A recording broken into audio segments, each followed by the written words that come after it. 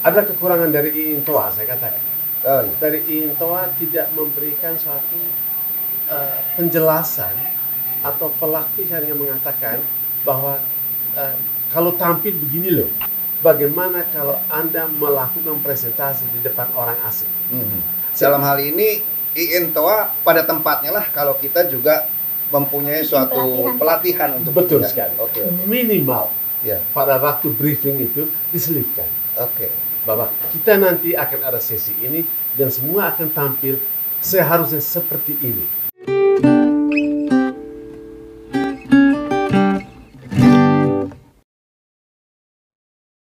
Selamat datang di kanal podcast Pariwisata Indonesia. Kanal podcast ini dikelola oleh IINTOA atau Indonesia Inbound Tour Operators Association, menampilkan perbincangan seputar industri pariwisata Indonesia yang mencakup informasi, destinasi, fakta, dan berbagi pengalaman industri dari para praktisi dan pakar pelaku industri pariwisata.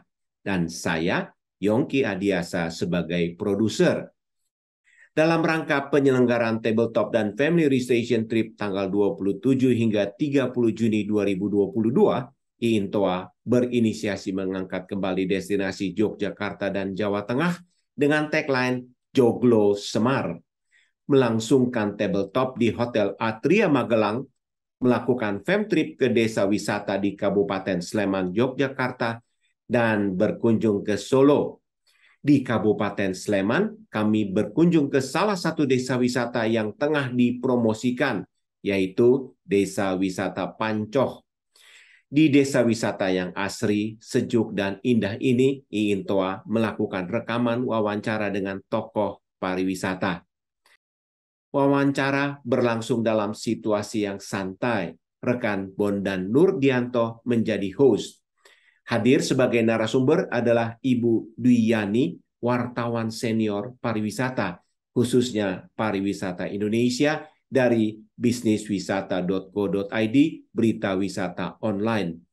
Hadir pula Bapak Paul Edmundus Talo, Ketua Umum IINTOA. Keduanya berbagi masukan dan pengalaman mengulas mengenai online product presentation yang diselenggarakan oleh IINTOA. Oke, selamat siang Mbak Dwi. Selamat siang, Pak. Aduh, terima kasih sudah hadir di tempat yang begitu indah sore ini atau siang ini. Nah, kemarin Mbak Dwi sudah melihat satu situasi di acara Tabletop Joglo Semar, ya, yang terbagi ke dalam dua sesi, yaitu sesi mengenai Tabletop itu sendiri secara offline dan secara online. Saya ingin minta pendapat dari Mbak Dwi, kira-kira kita akan fokus di yang online dulu. Yang online dulu, saya mengerti bahwa para presenter ini masih mempunyai suatu kelemahan atau kekurangan pada saat dia melakukan presentasi di hadapan audiens yang sifatnya adalah audiens internasional. Nah, saya ingin minta pendapat dari Mbak Dwi, kira-kira apa sih yang perlu kita perbaiki dari mereka supaya mereka kelak di kemudian hari kalau mereka mengikuti sesi yang sama, mereka sudah lebih advance dan lebih mature di dalam memberikan suatu presentasi. Monggo Mbak Dwi. Selamat sore juga, terima kasih sudah membawa saya ke tempat ini, tempat yang begitu indah, potensi sekali untuk kita kembangkan. Kemarin dalam virtual travel map-nya, informasi yang diberikan masih kurang padat. Kurang padat ya. Kurang padat, kemudian presenternya yang membawakan presentasinya mungkin belum terbiasa di depan kamera. Iya. Karena virtual ini memang kebiasaan baru yang harus kita latih lebih banyak. Iya. Dan memang harus lebih banyak dilakukan dengan teman-teman yang ada di destinasi terutama. Iya. Terutama bagi mereka yang di sesi guiding. Sesi guiding. Kemudian mereka yang memegang sales and marketing dari destinasi itu sendiri. Membiasakan diri untuk virtual ini. Bagaimana bikin presentasi padat, singkat, mengena. Dan kemudian kalau berhadapan dengan untuk mereka yang sama-sama antara penjual dan pembeli, boleh bikinlah presentasi paket yang langsung menjurus. Karena kan kita waktu itu hanya punya waktu kesempatan sepintas untuk bisa Iya, menjelaskannya. praktis kami hanya punya waktu sekitar 5 menit 5 menit. untuk Nah, presentasi. itu. Nah, Pak Paul nih, Ya, ketua umum kita dari INTOA. Pak Paul barangkali punya satu pandangan yang bisa juga mendukung pertanyaan saya tadi dari sisi akademisi. Mungkin Pak Paul punya pandangan yang lebih akurat atau lebih pas untuk ini. Silakan Pak Paul. dari sisi saya melihat bahwa memang masih banyak kekurangan. Iya. Karena kurangnya pelatihan.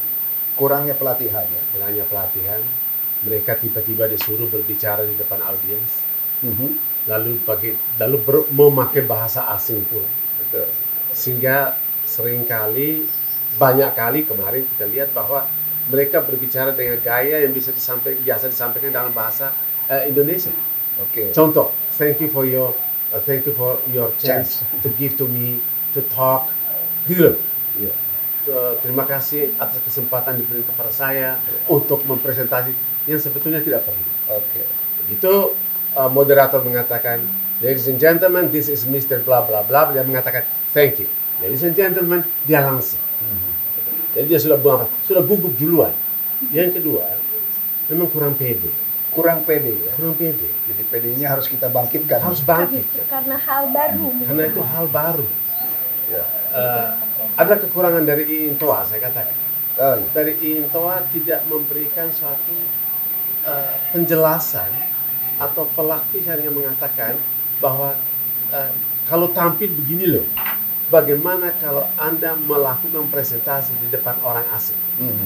Dalam hal ini INTOA pada tempatnya lah kalau kita juga mempunyai suatu pelatihan untuk Betul itu, ya? sekali. Oke. Minimal Ya. pada waktu briefing itu diselipkan Oke. bahwa kita nanti akan ada sesi ini dan semua akan tampil seharusnya seperti ini. Ya. Itu berikan contoh. Ya. Dan mereka lalu aware, oh kalau begitu, paling tidak dia bisik-bisik sendiri, dia ke belakang atau kamar mandi dan, oke, ladies and gentlemen, this is bla bla bla, my name is, gitu loh. Iya. Kadang-kadang dia menyebut namanya sendiri pun tidak dapat terdengar, Iya. Betul. nggak didengar orang lain, dirinya sendiri pun nggak dengar, dia sebut apa tadi. Mungkin INTOA punya kesempatan untuk membuat pelatihan yang terschedule, Iya. terutama selain untuk langsung presentasi seperti itu, kita juga perlu memperkuat perangkat lunak di belakang dari destinasi. Produk Ya, ini. ya, Karena ya. selama ini kelemahan kita ada di dalam website. Dan website ini ada digitalisasi yang sangat diperlukan. Oke. Kita tidak cukup hanya bermain di medsos, karena pangsa pasarnya akan berbeda. Karena kita berbicara tentang pariwisata, destinasi. Nah, ini website ini penting dan di sana keahlian menulis, mengedit, tata bahasa itu sangat diperlukan. Meskipun kita hanya seorang pengusaha pariwisata, Ya. Iya. ini diperlukan. Serahkan pada ahlinya, ada kompetensi-kompetensi yang memang bisa kita garap bersama-sama. Oke. Dan itu ada di blog setiap di website dari setiap usaha anggota dari INTOA. Jadi Pak, Iya. dari segi saya, kita harus bisa mendidik orang lain. Mereka yang berpengalaman, yang selalu melakukan kegiatan marketing, itu bisa share ilmunya, mendidik, mengedukasi. Pada kesempatan macam kemarin lah bisa mengedukasi. 15 menit, cukup. Diberikan contoh 1 kali atau 2 kali, bisa. Jadi oleh karena itu ke depan, kesempatan ini, kalau melakukan tabletop lagi, harus menyisihkan kegiatan mengedukasi para buyer dan para seller. Terima kasih. Bu Dwi atau Mbak Dwi, saya kira di dalam mempresentasikan ini kita akan berbicara tentang markom. Ya. Ya, selama ini yang saya lihat kemarin kebanyakan masih 80% marnya saja. Ya. Jadi komnya masih kurang kita perhatikan gitu. Ada pendapat mungkin Mbak Dwi?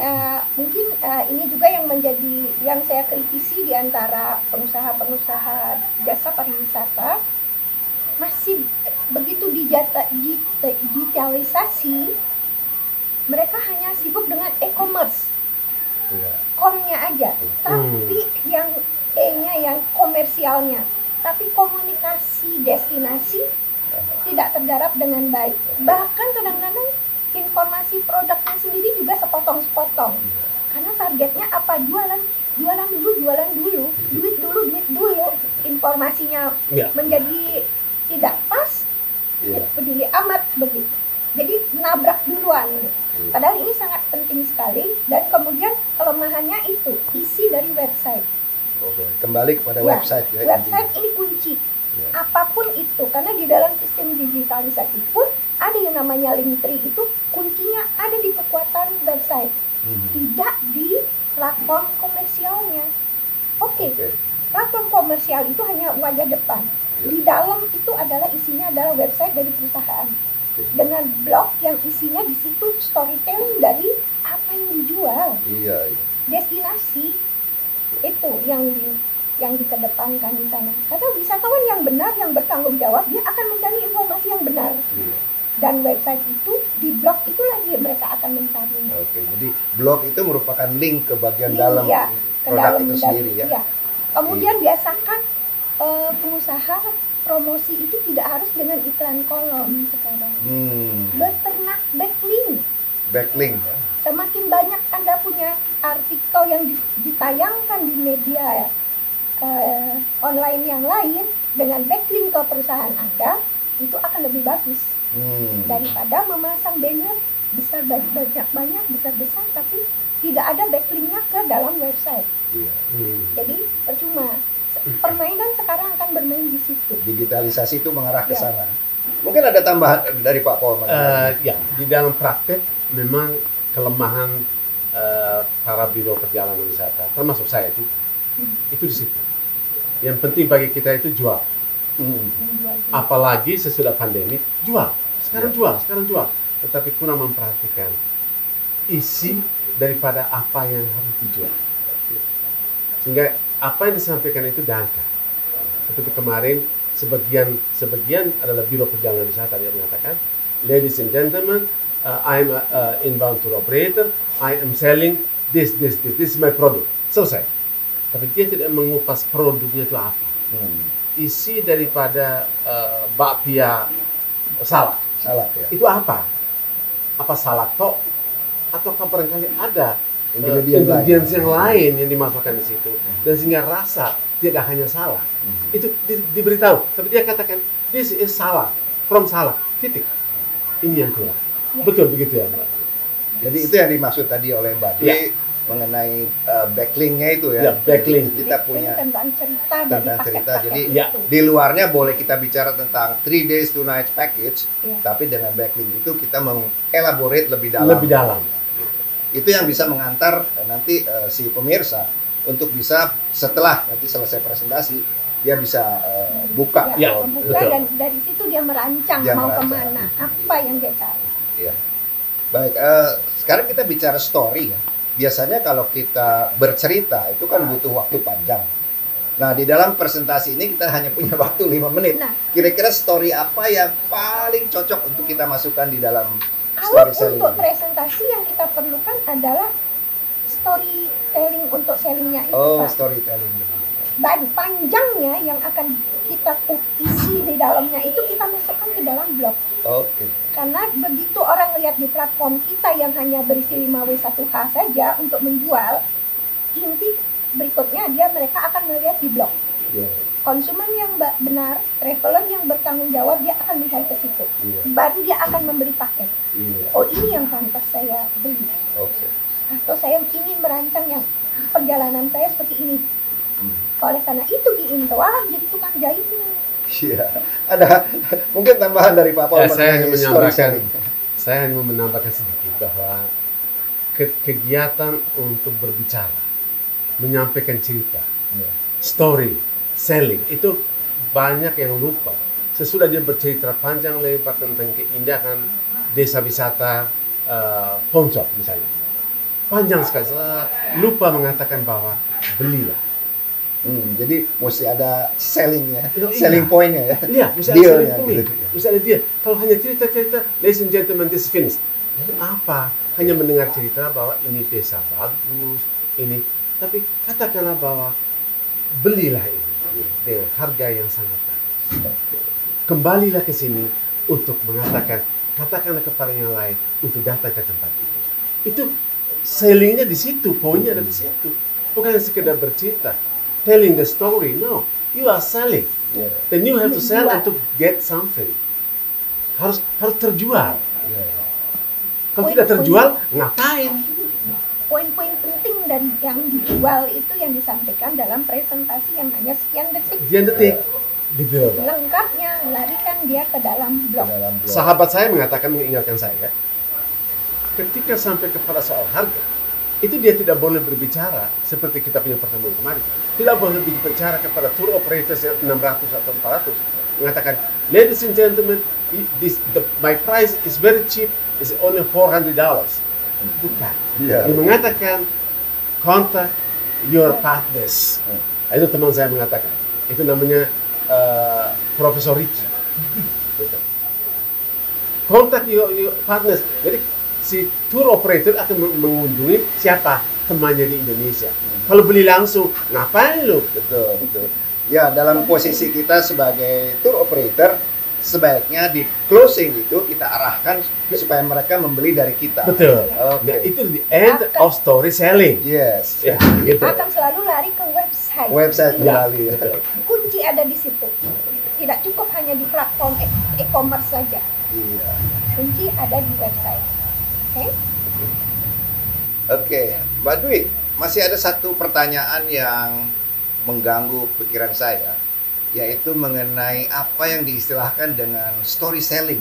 Mungkin Mbak Dwi bisa mengelaborate ini lebih dalam supaya juga nanti teman-teman para seller dari iIntoa ini bisa memahami apa yang dimaksud dengan story selling. Monggo, silakan. Kalau untuk story selling ini, kita mau mengambil poin-poin dari produk yang akan kita jual. Produk. Bagaimana paket-paket ini bisa kita rangkum dalam satu kalimat yang singkat, padat, tapi mengena. Tetap pada ujungnya akan mengatakan kontak kami, itu akan lari ke dalam website. Di dalam website baru kita akan berbicara tentang story selling yang lebih panjang, tentang isi paket itu sendiri. Nah, ini yang memang perlu dipertegas dengan teman-teman yang berjualan terutama. Karena tanpa itu akhirnya buang waktu, tidak tepat sasaran kita menjualnya. Iya. Itu. Karena memang kita tidak bisa hanya mengandalkan platform e-commerce-nya saja. Di situ ada storytelling-nya yang sangat padat. Nah, panjangnya inti dari paket itu sendiri akan lari di dalam website, di dalam blog. Di sana diperluas, dijelaskan apa poin-poin yang dijual dari paket itu sendiri. Karena lebih inti ada di sana. Orang akan berniat untuk membeli, merancang untuk bagaimana mereka akan melakukan perjalanan, dan disitulah tugasnya tour operator membikinkan paket-paket khusus sesuai dengan keinginan konsumen. Dan ini tidak bisa kita taruh di platform di depan. Di depan. Ya. Platform e-commerce-nya sendiri. Begitu, Bapak. Okay. Ya, betul. Baik, mungkin Pak Paul ya, kita membuat closing statement dari Pak Paul sebagai Ketua Umum iIntoa, khususnya untuk kita bagaimana kita mengeducate kita punya seller dan buyer, termasuk juga kita memberikan informasi kepada overseas tour operator supaya ada kerjasama dengan tour operator Indonesia yang bergabung dalam iIntoa. Monggo, silakan.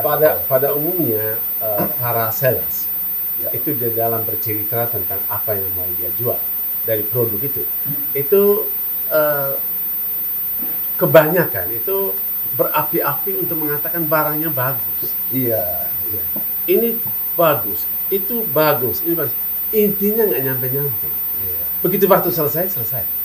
Padahal inti daripada story yang dia sampaikan, selling yang mau dia dapat adalah barang yang harus terjual. Harus. Kalau terjual ngapain dia ada di situ? Harga dia harus sebut.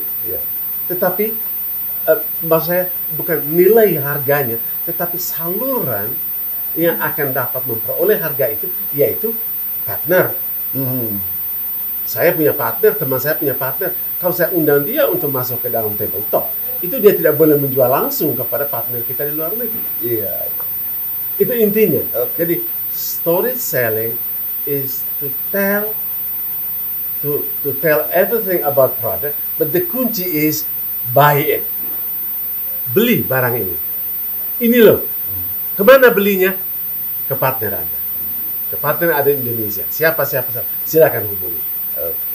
Terima kasih, Pak. Baik, terima kasih Mbak Dwi, terima kasih Pak Pol. Terima kasih, sudah Pak Bondan. sempat memberikan edukasi bagi kami semua, terutama buat anggota-anggota IINTOA. Terima kasih. Terima kasih.